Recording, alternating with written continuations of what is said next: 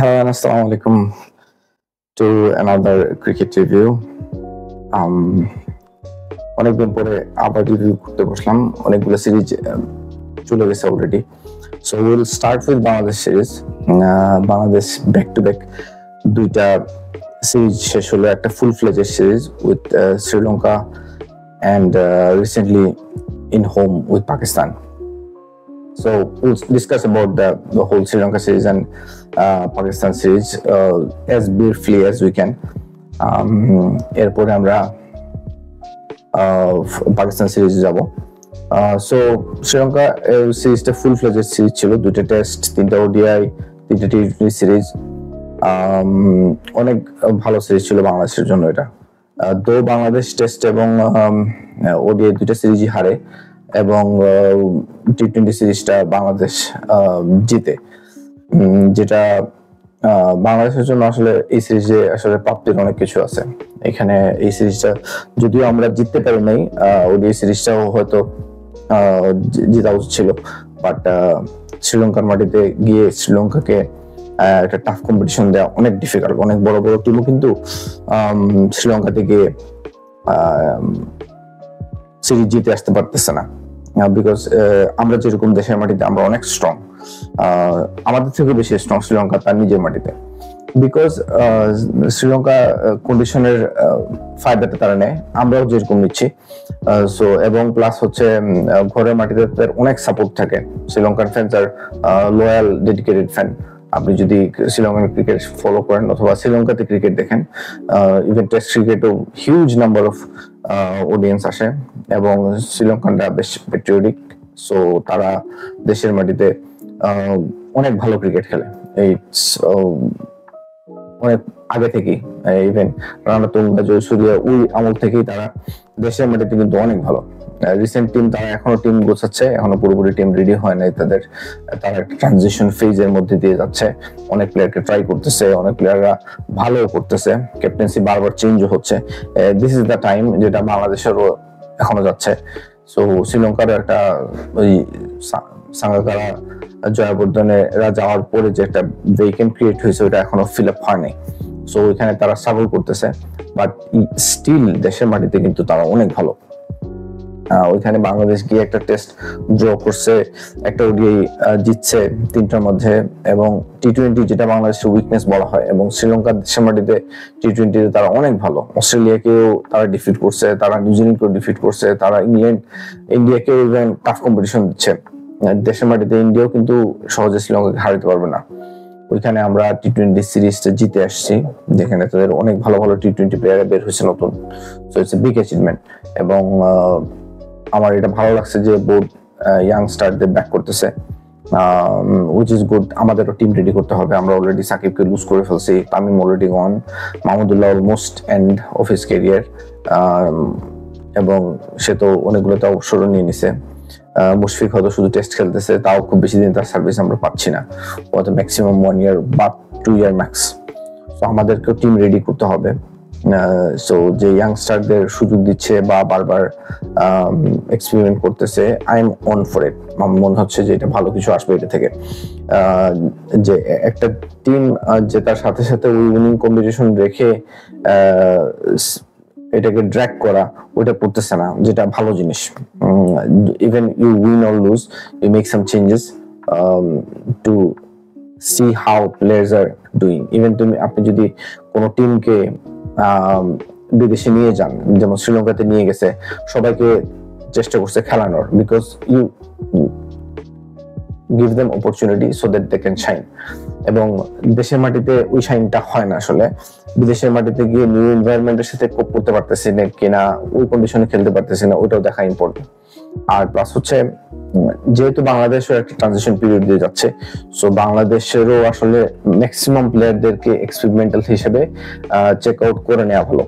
যদিও অনেক একদম বিগিনার টিম বলা যায় না বাংলাদেশকে, অনেকেই অনেকগুলো ম্যাচ খেলে ফেলছে, কিছু নতুন প্লেয়ার আসতেছে, বাট ইয়েট বাংলাদেশ এখনো ইয়াং টিম, এবং ওইটাকে যদি ঠিকলি নেভিগেট করা যায় ট্যালেন্টকে, তাহলে আমার মনে হয় বাংলাদেশ টি-20 ওডিআইতে ভালো, ওডিআইতে তো আগেও ভালো ছিল, এখনো ওডিআইতে ভালো একটা টিম হতে পারবে। টেস্টের জন্য আর একটু কাজ করতে হবে, স্পেশালি টপ অর্ডারকে নিয়ে। টপ অর্ডার ফেল করতেছে এগেইন। সো টপ অর্ডারকে একটু কাজ করতে হবে, টপ অর্ডার নিয়ে ওপেনার নিয়ে একটু কাজ করতে হবে। বাট আমরা এই তামিম এবং ইমন এবং তামিমকে আমরা পাচ্ছি ওপেনার হিসাবে, which is good. Youngster brave cricket তারা খেলতেছে এবং অনেক গুড ক্রিকেট খেলতেছে, স্পেশালি টি-20 ওডির জন্য ভেরি গুড। আমাদের ভালো দুইটা ওপেনার দরকার, এবং যেটা কে তামিমকে তো অনেকদিন থেকে ব্যাক করতেছে এবং আস্তে আস্তে রেজাল্ট আসতেছে। হ্যাঁ, আর একটু কুইক আসলে ভালো। Liton Das as a captain is not bad, his prompt decision নিতে পারে, টি-20 ক্যাপ্টেনের জন্য খুবই ভালো। আই ডোন্ট নো যে ওডিআইতে তাকে ক্যাপ্টেন দেবে কিনা, আমার মনে হয় Shanto still preferable for the board as ODI captain. যদি শান্ত না হয় তাহলে হয়তো মেহেদী মিরাজকে তারা কনসিডার করতেছে।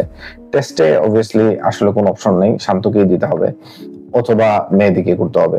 তো মেহেদী সব টেস্টে এফেক্টিভ কিনা এটা একটা প্রশ্ন, বিকজ যদি আপনি ইংল্যান্ড অথবা অন্য জায়গায় খেলেন তাহলে কতটুকু মেহেদীকে প্রেফার করতে পারবে টিম, এটা দেখার বিষয়।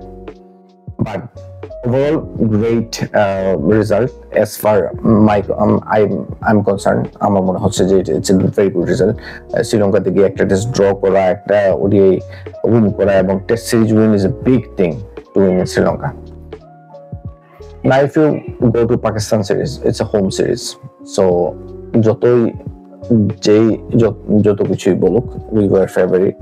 আমরা জানি যে দেশের মাটিতে বাংলাদেশ কত ভালো খেলে, specially with the sticky and slow wicket.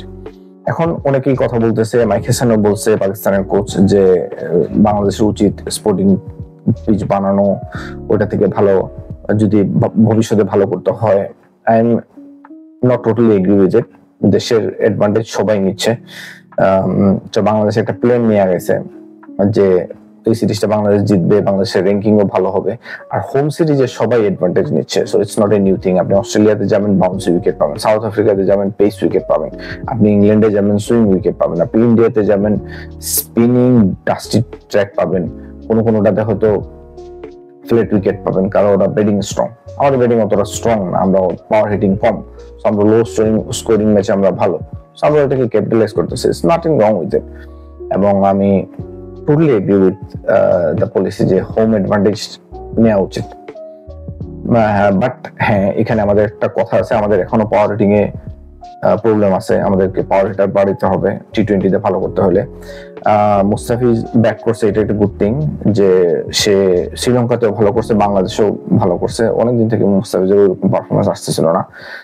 Still I think যে এই উইকেট গুলোতে মুস্তাফিজ ভালো, সবসময় ভালো, এখনো ভালো করতেছে। বাট রেগুলার মুস্তাফিজকে আমরা দেখতে যাচ্ছি যে অলমোস্ট 142 বোলিং করতে পারে, এবং কাটার এসে আবার 120-তে নিয়ে আসতে পারে। এই দুইটা কম্বিনেশন যখন আসবে, যখন আপনি 140-তে বল করবেন এবং এরপরে কাটারটা করবেন 120-তে, তখন এটা এফেক্টিভ হয়। বাট আপনি যদি পেসি হয় 130 আর 120-25-এ আপনি কাটার করতেছেন, ওইটা অতটা এফেক্টিভ হয় না। সো পেস একটু বাড়াইতে হবে সবাইকেই, সবগুলো পেসারকেই।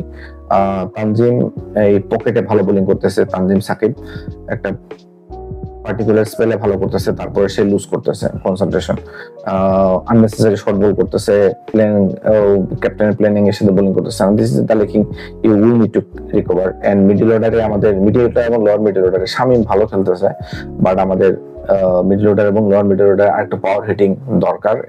এরাই করবে, এদেরকে একটু পাওয়ার হিটিং এর প্র্যাকটিস করাতে হবে, এদেরকে একটা স্পোর্টিং উইকেটে ভালো ব্যাটিং করার সুযোগ দিতে হবে। এবং বাংলাদেশকে যেটা হয়, যতক্ষণ পর্যন্ত বাংলাদেশের গ্রিপে ম্যাচটা থাকে ততক্ষণ তারা ভালো থাকে। একটু কনসেন্ট্রেশন লেক হইলেই বাংলাদেশ লুজ করে ফেলে। যেমন পাকিস্তানের সাথে সেকেন্ড টি-20তে আমরা অলমোস্ট হেরে গেছিলাম, আর ফরচুনেটলি কিন্তু ওই কনসেন্ট্রেশনের অভাব এবং ম্যাচে একটু যখন আনকমফোর্টেবল পজিশনে আমরা চলে যাই, এখান থেকে আমরা ব্যাক করে আসতে পারি না। আমরা কিন্তু সেকেন্ড টি-20 অলমোস্ট হেরেই গেছিলাম, বা ওই জায়গায় আমাদের হয়তো এটলিস্ট 30 থেকে 40 রানে জেতা উচিত ছিল। 15 রানে 5টা উইকেট পরে 30 রানে তাদের 6টা উইকেট পড়ে, অলমোস্ট অপোটার গন। আমরা ওইখান থেকে ম্যাচটা রিল্যাক্স হয়ে গেছে। ওই রিল্যাক্স হওয়ার কারণে ওখান থেকে ম্যাচটা অলমোস্ট বের হয়ে গেছিল। ফাহিম আশরাফ যদি আরেকটা হিট লাগাইতে পারতো তাহলে হয়তো ম্যাচটা বেরি হয়ে যেত। তো এখানে ল্যাক অফ কনসেন্ট্রেশন বলবো আমি বোলারদের, এবং ওইখানে ফিল্ডারদেরও ল্যাক অফ কনসেন্ট্রেশন। আমরা ক্যাচ ছাড়ছি 2-3টা, যে আমরা ধরে নিছি যে ম্যাচটা তো আমাদের হাতে চলেই আসছে। সো এই জিনিসগুলো থেকে রিকভার করতে হবে, আরো প্রম্পট হইতে হবে ডিসিশন মেকিং এ, বোলিং এ আরো প্রম্পট হইতে হবে। ব্যাটসম্যানকে হাবি মানে নিজের উপরে চড়া হইতে দেওয়া যাবে না। আমরা যখন ম্যাচ আমাদের গ্রিপে চলে আসছে ওইখান থেকে যাতে বের হয়ে না যায়, আমরা মোস্ট অফ দ্য ম্যাচ এইভাবে বের হয়ে যাচ্ছে, ওটাকে কনসেন্ট্রেশন করতে হবে। এবং আমরা মেন্টালি প্রিপেয়ার্ড হয়ে নিয়েছিলাম লাস্ট ম্যাচে যে এটা 140 পিচ, 130 to 140 পিচ, এবং যখনই ওইটা পাকিস্তান ক্রস করে গেছে এবং 160 হয়ে গেছে, আমাদের প্রেসারটা নিয়ে নিছি যে এখান থেকে এই ম্যাচটা আর বের করা যাবে না, which is completely wrong because ওইটা ডিফারেন্ট পিচ ছিল, ওটা একটু ভালো ব্যাটিং পিচ ছিল। আমরা আরো ভালো ব্যাটিং করা উচিত ছিল, স্পেশালি টপ অর্ডারে। কনসেন্ট্রেশন লুজ করা উচিত হয় না, উইকেট ধরে খেলা উচিত ছিল। এবং যেটা আমরা দেখছি যে letter end of the innings 12 থেকে 16 ওভারের দিকে বোলিং কিন্তু আর কিছুই হচ্ছে না, এবং ব্যাটসম্যানরা ইজিলি হিট করতে পারছে। সো আমাদের একটু ওয়েট করা উচিত ছিল, স্পেশালি টপ অর্ডারে। সো আমরা মনে হয় ম্যাচ বের করে নেয়া অন্য জিনিস, বাট ইন্টেন্টটা দেখা যেত এবং আমরা ভালো স্কোর করতে পারতাম, 150 160 করে ফেলতে পারতাম, হয়তো ম্যাচ বেরি হয়ে যেত। যেটা আমরা কনসেন্ট্রেশনটা আমরা লুজ করছি, আমরা প্রথম থেকে পাওয়ার হিটিং এর চেষ্টা করছি, পাওয়ার প্লেকে কাজে লাগানোর চেষ্টা করছি, যেটা পাকিস্তান করছে। আমরা ভাবছি আমরা তো টার্গেট নিয়ে খেলতেছি, আমরা আরেকটু কনসেন্ট্রেট করে খেলা উচিত ছিল। Anyway, overall it was also a good series. পাকিস্তানকে ফার্স্ট টাইম আমরা টি-20 তে ডিফিট করছি সিরিজ, ফার্স্ট টি-20 series for Bangladesh, and very good result. এবং যদি এইভাবে খেলি আমরা, তাহলে হয়তো নেক্সট ওয়ার্ল্ড কাপে আমাদের একটা ভালো প্রসপেক্ট আছে। আই ডোন্ট নো যে আমরা কতটুকু করতে পারবো, but second round even semifinal আমরা খেলতে পারি যদি একটু স্টিকি উইকেট থাকে। স্পোর্টিং উইকেট হইলে আমাদের পেসারদের আরো কাজ করতে হবে, আরো আউটসাইড অফ স্টাম্প, ওয়াইড লাইনে বল করা এবং ব্যাটসম্যানকে রিড করা, এগুলা কিছু কনসেন্ট্রেশন আমাদের করতে হবে। So overall very good season for Bangladesh, 2 series and 2 promising series, and we're getting some good players for test and also in the T20 and ODI, which is good. And আরো কিছু new player হয়তো আমরা পুলে আসলে তাদেরকেও সুযোগ দিতে হবে। আমার মনে হয় না এই সৌম্য সরকার, এনামুল হক এদেরকে পুলে নিয়ে এদেরকে সুযোগ দেওয়ার কোনো দরকার আছে বলে আমার মনে হয় না, স্পেশালি টি-20 তে। এন্ড ওডিআইও দরকার নেই। ওডিআই আমাদের মোটামুটি ভালো একটা টিম হয়েছে, স্পিনার পেসারের একটা ভালো কম্বিনেশন হয়েছে। রিশাদ অনেক ভালো বোলিং করতেছে, যদিও সে রান কনজিউম করতেছে, but say S per plan bowling করতেছে, which is good. একটু বড় ফিল্ড যদি হয় তাহলে সে ভালো করতে পারবে, তাকে মারা এত ইজি না, এবং অন ডে সে অনেক ভালো বোলিং করে। So overall, I'm very happy with the Bangladesh performance and looking forward for the next series, and congratulations to Bangladesh. Thank you for watching, and we'll talk about India series in the next video. Till then, Allah Hafiz.